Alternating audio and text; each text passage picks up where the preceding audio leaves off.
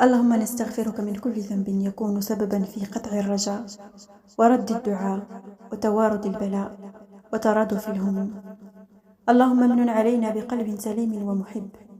اللهم الحب الذي يعانق حياتنا دائما وأبدا، والبهجة التي لا تفارق أرواحنا، والسلام الذي ينضب ولا يفنى داخلنا. اللهم منحنا الحكمة في كل الأمور والبصيرة التي تقودنا إليك. اللهم فرج أمورا ضاقت بها صدورنا وعجزت بها حيلتنا وقل بها صبرنا. اللهم أسعد قلوبنا بما أنت أعلم به منا.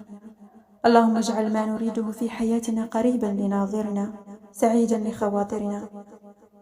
اللهم أسعدنا سعادتين، الدنيا بخيرها والجنة بفردوسها.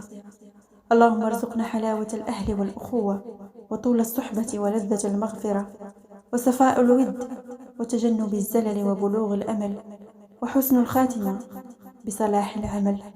اللهم أمين يا رب العالمين.